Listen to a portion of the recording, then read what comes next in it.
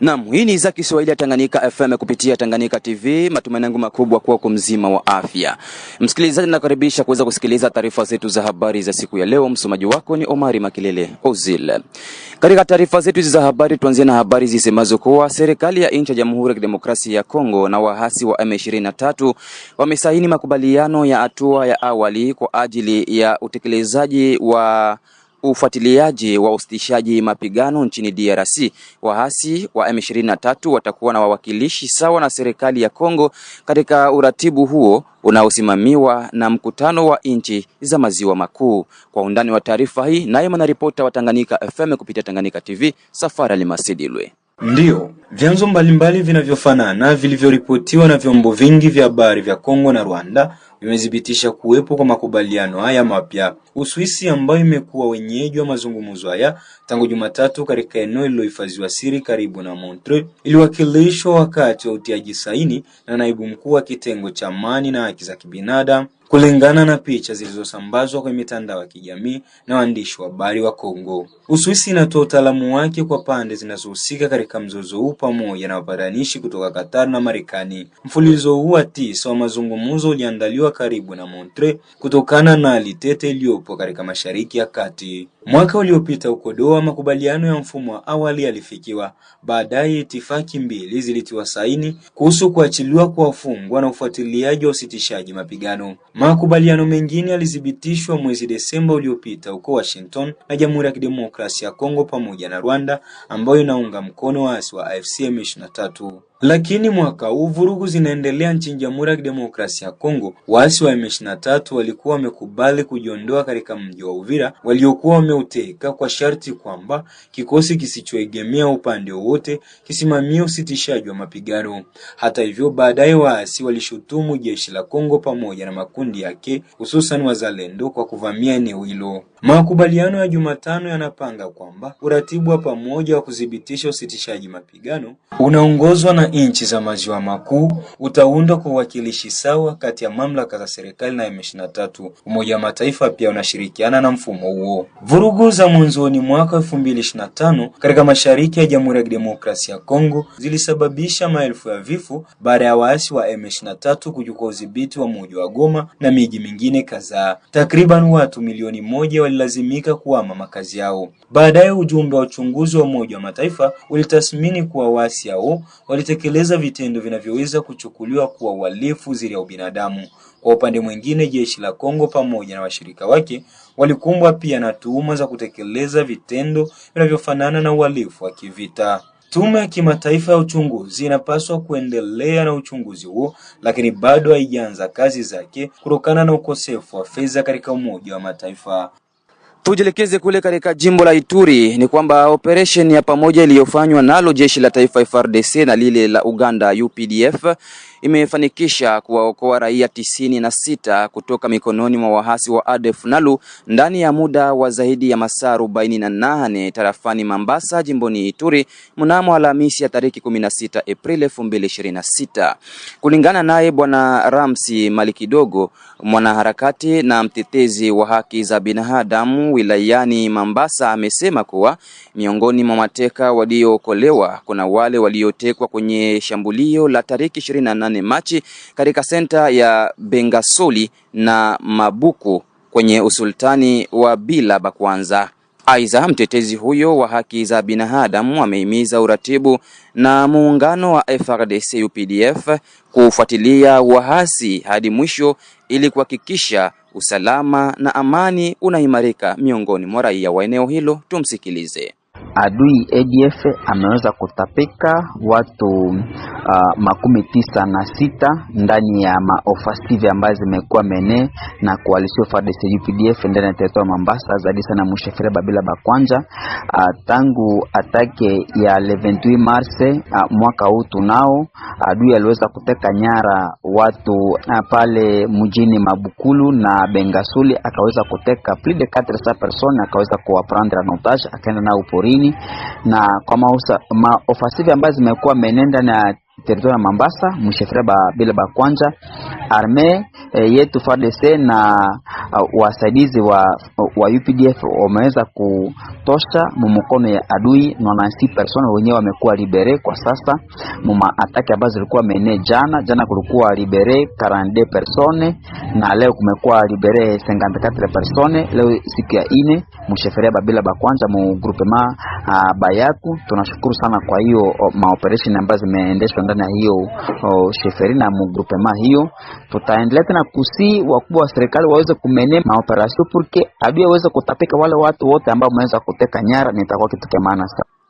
Tujelekeze kule katika tarafa la Fizi pa Kilembwe. Ni kwamba shirika jipya la raia NDC Chumvi ya Kongo ndani ya sekta ya Lulenge tarafani Fizi ya lahumu ongezeko la makundi mengine ya kizalendo ndani ya sekta hiyo ambayo hayana umuhimu unapolinganisha na sehemu zenye kuwa uhitaji wao. Hivyo ongezeko hilo linachukuliwa kuwa tishio na unyanyasaji kwa raia. Kwake Abedi Sumbia Abdul, kiongozi wa shirika jipya la raia NDC Chumvi ya Kongo, ameonesha hapa hali ya Kilembwe kwa sasa.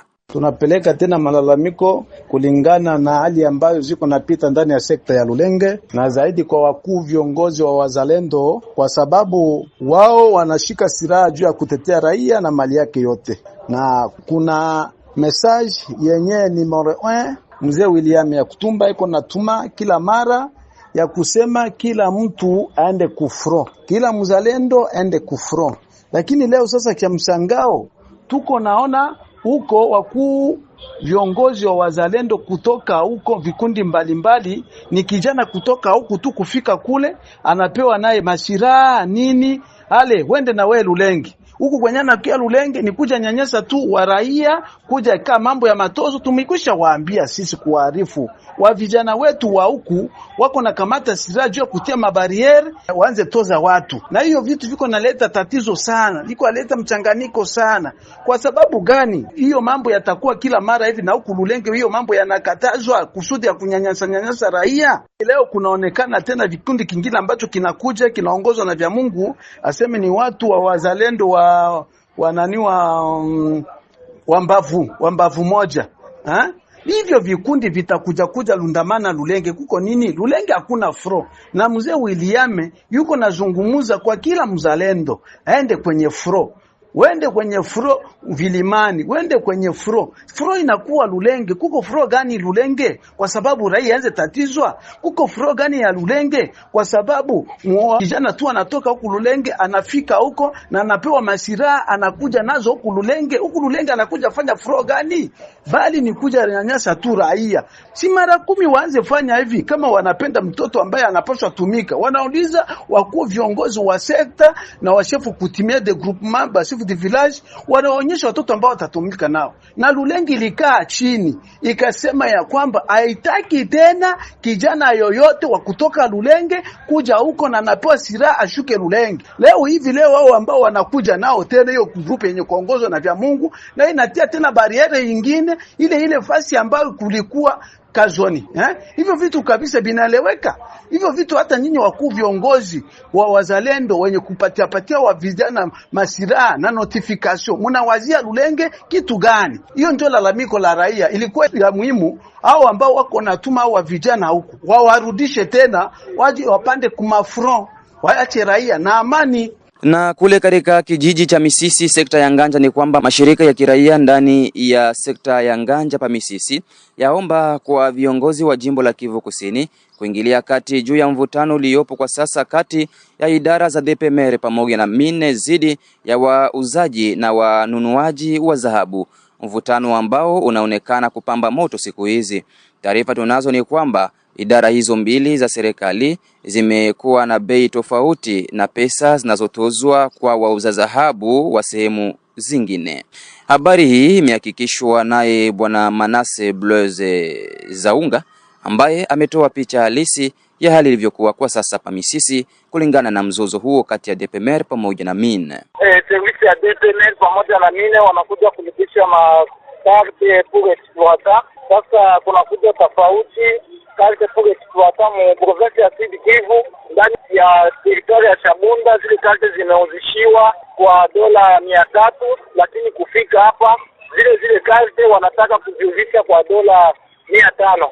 Sisi kama vile raia wa exploitant pamoja na wa negociator tunakataa, tuwezi tukalipa tofauti na wandugu ambao tunachangia nao jimbo moja, ila kama wandugu wa mine pamoja na DPMR wakiwa wako tayari kama vitu wengine wameleta hapo sawa. Ninyi kama vile shirika la raia, je, mmeshafanya uchunguzi ili kugundua kama hizo kauli ni za ukweli au namna gani? Tumefanya uchunguzi na mpaka sasa hivi na kuambia ndugu mtangazaji kwa presa la pili ambazo zinaonyesha kama wandugu wa teritoria ya Shabunda wamenunua na nafasi zingine wamenunua kwa dola 300, lakini hapa kwetu wanapenda kutuzishia kwa dola 500 ndugu mtangazaji.